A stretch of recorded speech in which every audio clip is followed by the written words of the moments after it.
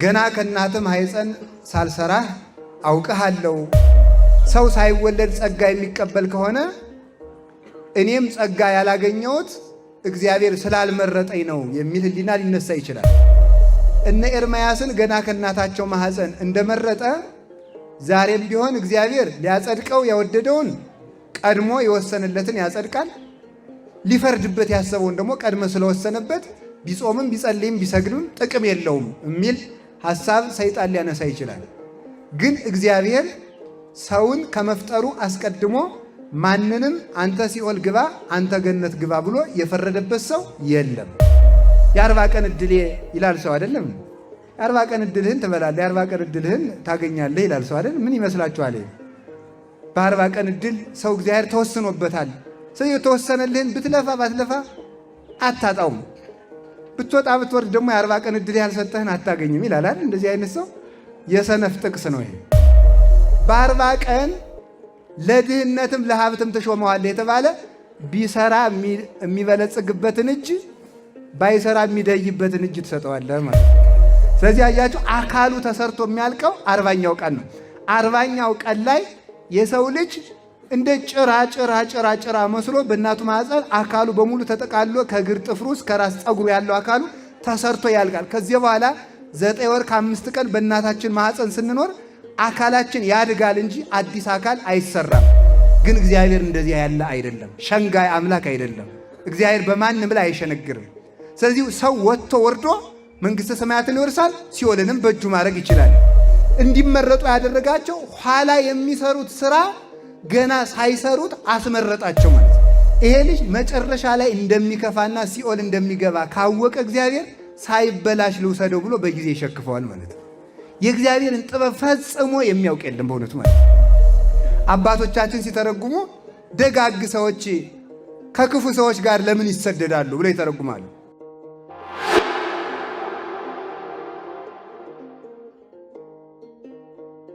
እንደ ልቤ የሆኑ ጠባቂዎችን እልክላችኋለሁ በሚል ርዕስ እንማማራለን።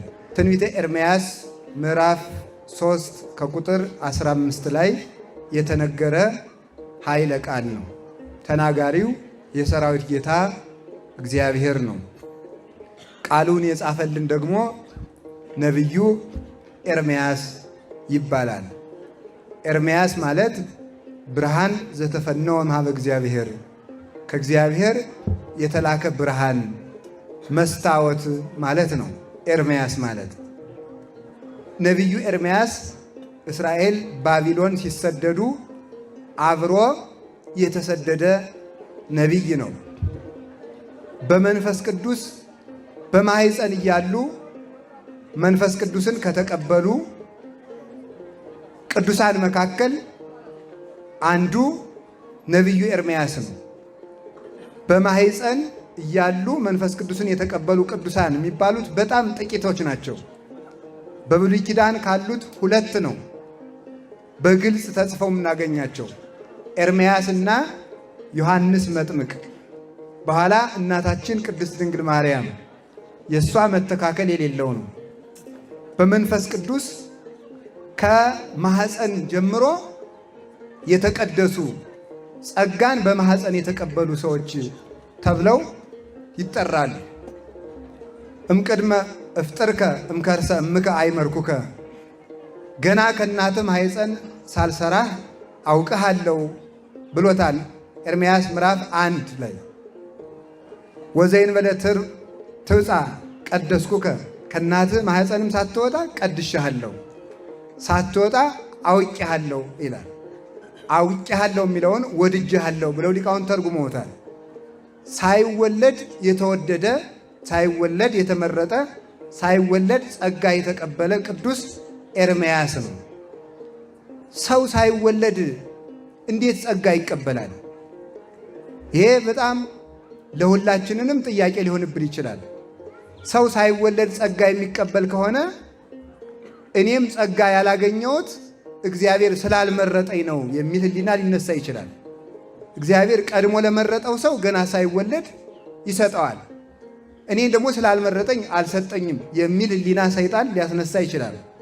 ደግሞ ሌላ ጥያቄ እንጨምርበት ከተባለ ደግሞ ምን ይነሳል? ደግሞ አይ እነ ኤርምያስን ገና ከእናታቸው ማኅፀን እንደመረጠ ዛሬም ቢሆን እግዚአብሔር ሊያጸድቀው ያወደደውን ቀድሞ የወሰነለትን ያጸድቃል፣ ሊፈርድበት ያሰበውን ደግሞ ቀድሞ ስለወሰነበት ቢጾምም ቢጸልይም ቢሰግድም ጥቅም የለውም የሚል ሐሳብ ሰይጣን ሊያነሳ ይችላል።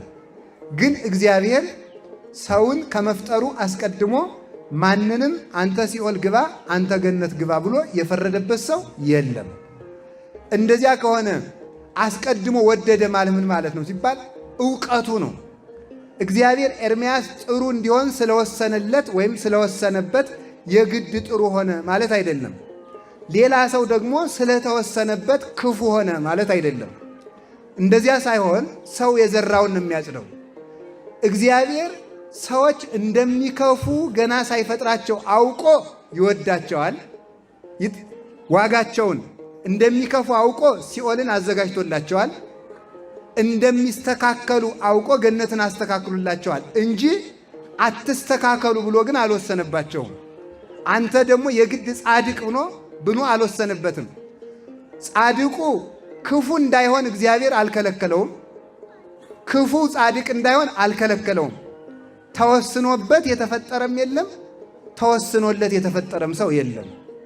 ሁሉም እግዚአብሔር በሰጠው ሜዳ ላይ ሩጦ ዘርቶ የሰበሰበውን ያንን ይመገባል ማለት ነው። መንግሥተ ሰማያት በሰው እጅ የተያዘች ናት።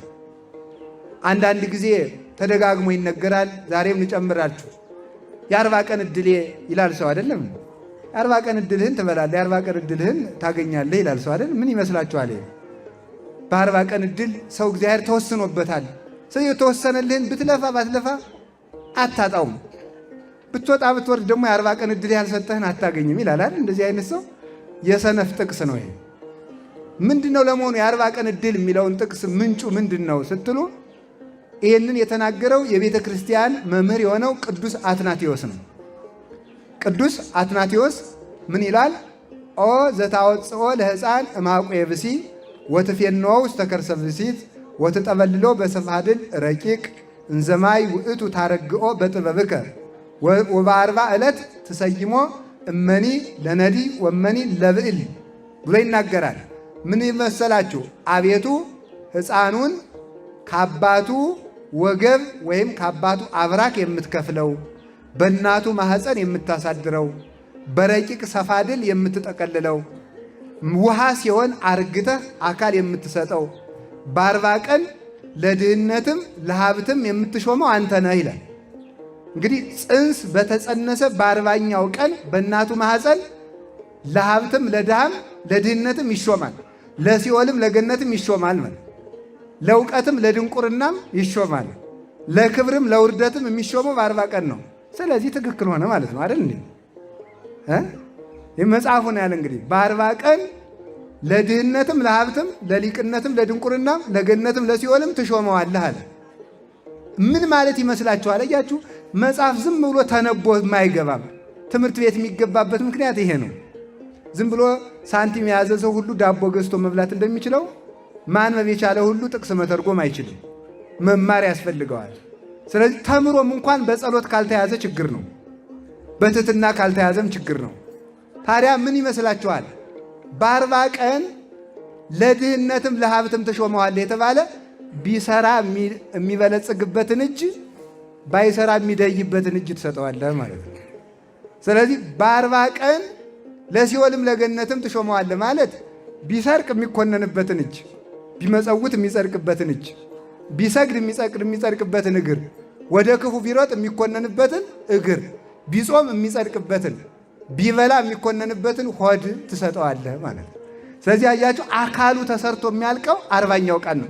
40ኛው ቀን ላይ የሰው ልጅ እንደ ጭራ መስሎ በእናቱ ማኅፀን አካሉ በሙሉ ተጠቃሎ ከእግር ጥፍሩ እስከ ራስ ፀጉሩ ያለው አካሉ ተሰርቶ ያልቃል። ከዚህ በኋላ 9 ወር ከ5 ቀን በእናታችን ማኅፀን ስንኖር አካላችን ያድጋል እንጂ አዲስ አካል አይሰራም።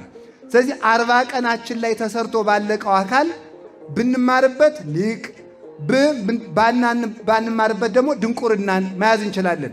ሁሉንም የምናደርግበት አካል በዚያ ስለሚሰጠን የ40 ቀን ዕድልህን የተባለው እሱ ነው እንጂ እግዚአብሔር በ40 ቀን አንዱን ድሃውን አንዱን ሀብታሙን ብሎ በማንም ፈርዶ አይደለም እላችኋለሁ። ስለዚህ ከእናት ማኅፀን ጀምሮ የመረጣቸው የሚባለው ፍጻሜያቸውን አይቶ የወደዳቸው ማለት ነው። እስከ መጨረሻቸው አይቶ የወደዳቸው ልክ አባታችን ብሩክ ተክለ ሃይማኖት አባታችን አቡነ ገብረ መንፈስ ቅዱስ ደግሞ ከሐዲስ ኪዳን በኋላ ከእናታቸው ማኅፀን ጀምሮ ከተመረጡ ቅዱሳን አንዱ ናቸው። ለዚህ ማስረጃ ነገር ልንገራችሁ። ሰው እንጨት በጓሮው ካተከላቸው አትክልት ቀጥ ብሎ የወጣውን ወይራ ያይና ምን ይላል? ይሄ ለሞፈር ይሆነኛል ይላል አይደለም እንዴ? ጠማማውን ደግሞ ይላል ይሄ ለእጀታ ይሆናል ይላል አይደለም? ይሄ ለእጀታ ይሆናል። ምንም ደግሞ የማይፈለጠውን ደግሞ ይሄን ቢያንስ ወይ አከስለዋለሁ ይላል አይደለም እንዴ? በሳት አቃጥለዋለሁ ይላል። አወጣጡን እያየ ማለት ነው። መጨረሻውን እያየ ቀጥ ብሎ እስከ ጫፉ የወጣውን ያይና ይሄ ለቀንበር ጥሩ ነው ይላል ገበሬው ማለት ነው። አወጣጡን አይቶ ማለት ነው። ስለዚህ ይሄ ምን ማለት ነው? ይሄ የገበሬውን ዕውቀቱን ነው እንጂ የሚያሳየው አንተ ጠማማሁን አንተ ቀጥ ያልክ እንጨቱን ብሎ በእንጨቶቹ ላይ አልፈረደም። ሁሉም እንጨቶቹ ቀጥ ብለው እንዲወጡለት ይፈልግ ነበረ። ግን ተጣሞ ያገኘውን ምን ያደርጋል? ሥራ ይሰጠዋል። ቀጥ ያለውንም ሥራ ይሰጠዋል። እግዚአብሔርን በማንም አልወሰንም። እንደዚህ ነው ሐኪም። ሌላ ምሳሌ ልጨምርላችሁ። ሐኪም ልቡ መተንፈስ የደከመን ሰው ወይም ደግሞ የደም ዝውውሩ ችግር ያለበትን ሰው ወይም ሁለቱ ኩላሊቶቹ ወደ መጨረሻ መበላሸት ላይ ያለውን አይቶ ምን ይላል? ይህ ሰውዬ በ5 ቀን ሊሞት ስለሚችል ወደ ቤታችሁ ተመለሱ ይላል። አሁን እንደዚህ ሲል ይህ ሰውዬ መሞት አለበት ብሎ መወሰን ነው እንዴ? መሞት አለበት ሳይሆን እንደሚሞት አውቆ መናገር ይባላል። እግዚአብሔርም ማንንም ሰው ክፉውን ብሎ አይወስንበትም። እግዚአብሔር ሸንጋይ አምላክ አይደለም። እንደዚያ ቢሆን ኑሮ አንተ ሲኦል ግባ አትረባም ብሎ ገና ሳንፈጠር ቢወስንብን ኑሮ እንዴ ለምን ይቀልድብናል? እግዚአብሔር ይቀልዳል እንዴ? ለምን ጾሙ ይለናል? ለምን ስገዱ ይለናል? ለምን ንስሐ ግቡ ይለናል? ለምን ስብከት ያሰብከናል? ለምን መጽሐፍ ይጽፍልናል? ለምን ቅዳሴ ያስቀድሳል? ለምንድን ነው የሚያስወቅሰንስ? አንድ ጊዜ ወስኖብን የለ እንዴ? ግን እግዚአብሔር እንደዚያ ያለ አይደለም። ሸንጋይ አምላክ አይደለም። እግዚአብሔር በማንም ላይ አይሸነግርም። ስለዚህ ሰው ወጥቶ ወርዶ መንግሥተ ሰማያትን ይወርሳል፣ ሲኦልንም በእጁ ማድረግ ይችላል። ወደ ወደደው እንዲሰማራ ፈቃድን ሰጥቶታል። ለጽድቅም አያስገድድም እግዚአብሔር፣ ለክፋትም አያስገድድም። ከዚህ የተነሳ ፍጻሜያቸውን ታይተው ከተመረጡት ውስጥ አንዱ ነቢዩ ኤርምያስ ነው። አቡነ ተክለ ሃይማኖትም እንዲሁ፣ አቡነ ገብረ መንፈስ ቅዱስም እንዲሁ ከእናታቸው ማኅፀን ገና ሳይወለዱ የተመረጡ ናቸው። እነዚህ እንዲመረጡ ያደረጋቸው ኋላ የሚሰሩት ሥራ ገና ሳይሰሩት አስመረጣቸው ማለት ነው። ኋላ ተመልከቱ፣ በደንብ አድርጋችሁ ስሙ። ኋላ ገና የሚሰሩት ሥራ ገና ሳይሰሩት አስመረጣቸው። አንዳንድ ጊዜ እግዚአብሔር ተመልከቱ፣ ትንንሽ ልጆችን ከእናታቸው ማኅፀን ይወስዳቸዋል። አንዳንድ ጊዜ ሰው ልቅሶ ሲል አሁን ይሄ ልጅ ምን አረግ እንዲሁ እግዚአብሔር አንዳንድ ጊዜ ይላል እንዴ ይህን የ3 ዓመት ዝርዝር የሚቀጨው እንደው እግዚአብሔር እንደው አንዳንድ ጊዜ እንደው ይላል። እንደውም ገበሬው ምን ይላል መስላችሁ? ከአንድ እግዚአብሔርስ ይሻላል ገበሬ ዝርዝሩን አያጭድም ሳያፈራፍር ይላል። አሁን እግዚአብሔር ጋር ትግል ማለት ለቅሶ ላይ ነው እንደዚህ የሚለው ማለት ነው። ትክክል አይደለም። ስለዚህ ገበሬ የደረሰለትን የሚያጭድ እግዚአብሔር ለእግዚአብሔር እኮ ያ ልጅም ደርሷል። የ3 ዓመት ልጅ ቀርቶ ዕለት የተወለደው ልጅ ሲወለድ እግዚአብሔር የገደለበትን ምክንያት ያውቃል። ለምን ይመስላችኋል?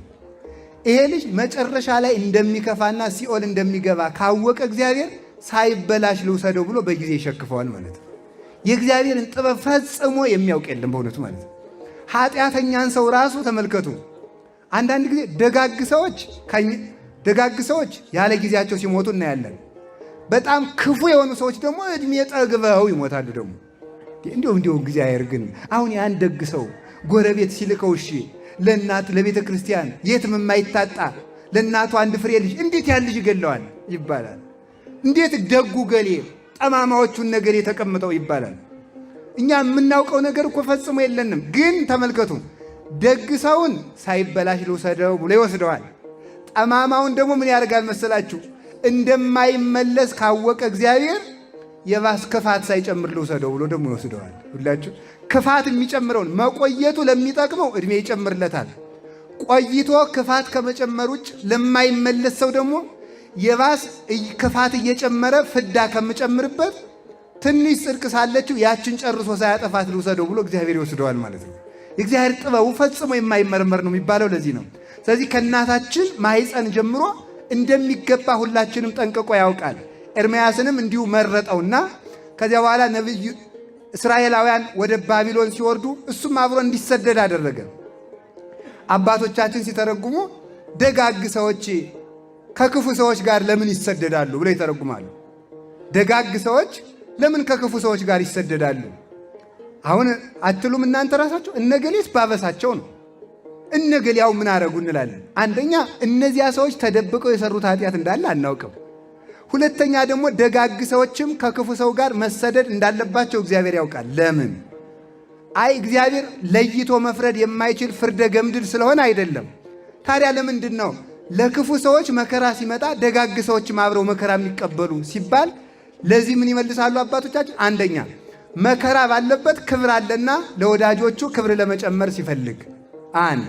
ሁለተኛ ክፉ ሰዎች ሲሰደዱ ወይም ኃጢአተኛ ሰዎች መከራ ሲበዛባቸው ከመከራው ብዛት የተነሳ ሃይማኖታቸውን እንዳይክዱ ደጋግ ሰዎች አብረው መሰደዳቸው እንዲያስተምሩ ነው ይላል። እንዲያስተምሩ አብረው እንዲሰደዱ ይደረጋሉ። ሶስተኛ ደግሞ ክፉ ሰዎች ሲሰደዱ ደጋግ ሰዎች አብረው የሚሰደዱበት ምክንያት እነዚያ ክፉ ሰዎች በተሰደዱ ጊዜ ለመመገብ፣ ለማስተማር፣ እንዲመክሩ፣ እንዲመግቡ፣ እንዲፈውሱ ደጋግ ካህናትን፣ ደጋግ አባቶችን ከክፉ ሰዎች ጋር አብሮ እንዲሰደዱ ያደርጋቸዋል ማለት ነው።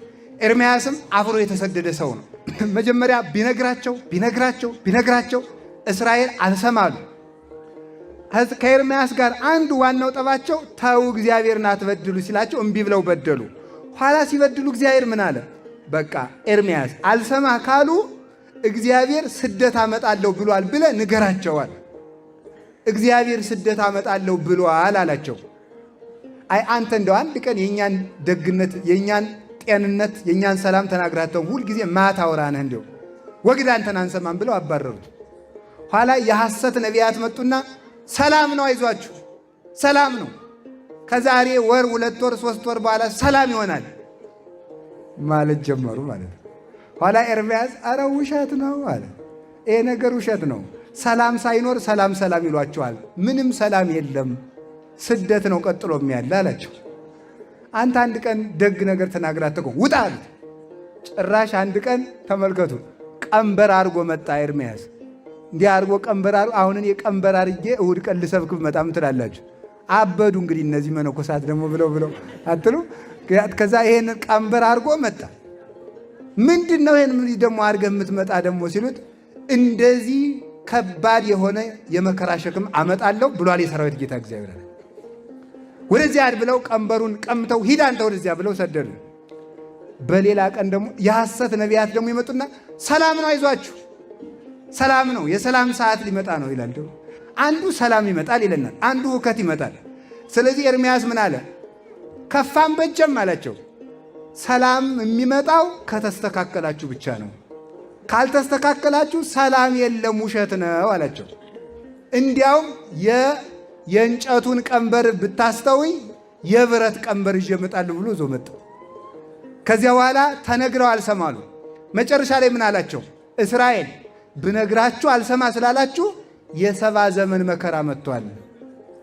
ወደዚያ ስትሄዱ እንግዲህ ዱላም እንዳትገጥሙ፣ ጦርነት እንገጥማለን አትብሉ፣ ምንጣፋችሁን ተሸክማችሁ ቀጥ ብላችሁ ባቢሎን ውረዱ አላቸው። እዚያ ወረዱ። እዚያ ሌሎቹ በውሸት እያጽናኑ በውሸት እየደለሉ አይዟችሁ እያሉ ዛሬ ከቤተ ክርስቲያን ሰውን አስወጥተው እንደወሰዱብን መናፍቃን አይዟችሁ ሰላም ነው፣ ስለ ኃጢአት አትጨነቅ፣ ኃጢአተኛ ብትሆንም ችግር የለም፣ ምንም ኦርቶዶክስ ሸክም ናት እያሉ ያቀለሉ እየመሰሉ ሸክም እየጨመሩብን መከራ እያመጡብን ስርዓት እያቃለሉ ሁሉ ነገር አቃለን እኛም ቀለን እንድንናቅ ያደረጉን እንደዚህ አይነት የሐሰት ነቢያት ናቸው። ትንቢተ ኤርምያስ ምዕራፍ 23 ላይ እነዚህ ነቢያት ምን ይላቸዋል? እለ ይሰርቁ ቃሌ ይላቸዋል። ቃሌን የሚሰርቁ የቃሌ ሌቦች ናቸው፣ ራሳቸውን የሚያሰማሩ ነቢያት ናቸው፣ የውሸት ሰላምን ይሰብካሉ ብሎ ይህንን ይነግራቸዋል። ኋላ ምን አላቸው መስላችሁ? እዚያ ከወረዱ በኋላ እንዲህ አላቸው፣ ተመየጡ ሀቤ፣ ተመልከቱ ኦ ደቂቅ እለዋን ከዳተኞች ወንጀለኞች ትውልድ ሆይ ወደ እኔ ተመለሱ ብሏችኋል የሰራዊት ጌታ እግዚአብሔር። ወአነ እቀኔክሙ እኔ በፍቅር በሰላም እገዛችኋለሁ። ልቡናችሁን ወደ እኔ መልሱት። በስደት አገር 70 ዓመት ስደት ካሉበት ነው ይሄ የተነገራቸው። ወደ ሀገራችሁ የምመልሳችሁ እናንተ ወደ እኔ ከተመለሳችሁ ነው። እናንተ ከኔ ወደ እኔ ካልተመለሳችሁ፣ ልባችሁ ከኔ እየራቀ እጅ እግራችሁ ከኔ ሸሽቶ በእጃችሁ እየሰርቃችሁ በእግራችሁ ወደ ክፋት እየሮጣችሁ በልቡናችሁ ቂም እየቋጠራችሁ በአካላችሁ እያመነዘራችሁ ይህን ሁሉ እያደረጋችሁ ልቡናችሁ ከኔ ርቆ እናንተ ከኔ ፊታችሁን አዙራችሁ እኔም ወደ አገራችሁ ወደ ርስታችሁ አልመልሳችሁም ብሏል። ወደ እኔ ተመለሱ ብሏችኋል የሰራዊት ጌታ እግዚአብሔር። ወደ እኔ ከተመለሳችሁ ግን አንድ መንጋ አድርጌ እኔ አንድ እረኛ አሆናችኋለሁ። ወወስደክሙ ውስተ ጽዮን ወደ መጠጊያችሁ ወደ ከተማችሁ ወደ ኢየሩሳሌምም እመልሳችኋለሁ። እፌኑ ለክሙ ኖሎተ ዘከመ ልቤ እንደ ልቤ የሆኑ እረኞችን ጠባቂዎችን እሾምላችኋለሁ። ወይርዩክሙ በጥበብ ወበአእምሮ እነዚያ እኔ የምልክላችሁ እረኞች በጥበብ በእውቀት ያስተዳድሯችኋል፣ ይመሯችኋል። እንደኔ ልብ ያሉ እረኞችን እልክላችኋለሁ አላቸው። እንግዲህ አላችሁ የላችሁም? እረኞች እግዚአብሔር ይህንን ዓለም የሚጠብቅበት 2 እረኞች አሉት። አንዱ ቤተ መንግሥት ነው፣ አንዱ ቤተ ክህነት ነው። ሁለቱም እግዚአብሔር ነው የሚመራቸው። ተቀብቶ የነገሰ ንጉሥ ባይኖርም ቤተ መንግሥትን የሚመራው እግዚአብሔር ነው። ሌባ ባለስልጣናት ሊኖሩ ይችላሉ ቤተ መንግሥት ውስጥ፣ ግን ሌቦችም እንዲነሱ የሚያደርግ ግን እግዚአብሔር ነው። ያ ማለት ግን እግዚአብሔር ሌባ ያስነሳል ማለት አይደለም። ሰው ሲከፋ ሌባ ሲነሳ እግዚአብሔር ዝም ይላል ማለት ነው።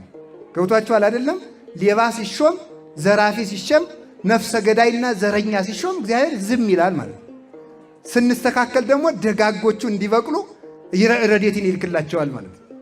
ስለዚህ በቤተ መንግሥትም በጥበብ ወበአእምሮ በጥበብ የሚዳኙ ሰዎች ወበአእምሮ በእውቀት የሚዳኙ እንደኔ ልብ አድርገው እግዚአብሔር ምን ይላል፣ እግዚአብሔር ይከፋው ይሆናል እያሉ የሚፈርዱ፣ እግዚአብሔርን እያዩ የሚያስተዳድሩ፣ እግዚአብሔርን እያዩ የሚመሩ፣ እግዚአብሔርን እያዩ የሚፈርዱ፣ ለሕዝቡ እንደ እግዚአብሔር ሐሳብ የሚኖሩ ሰዎችን አስነሳላችኋለሁ። ዳዊትን ዘሩባቤልን አስነሳላችኋለሁ አላቸው።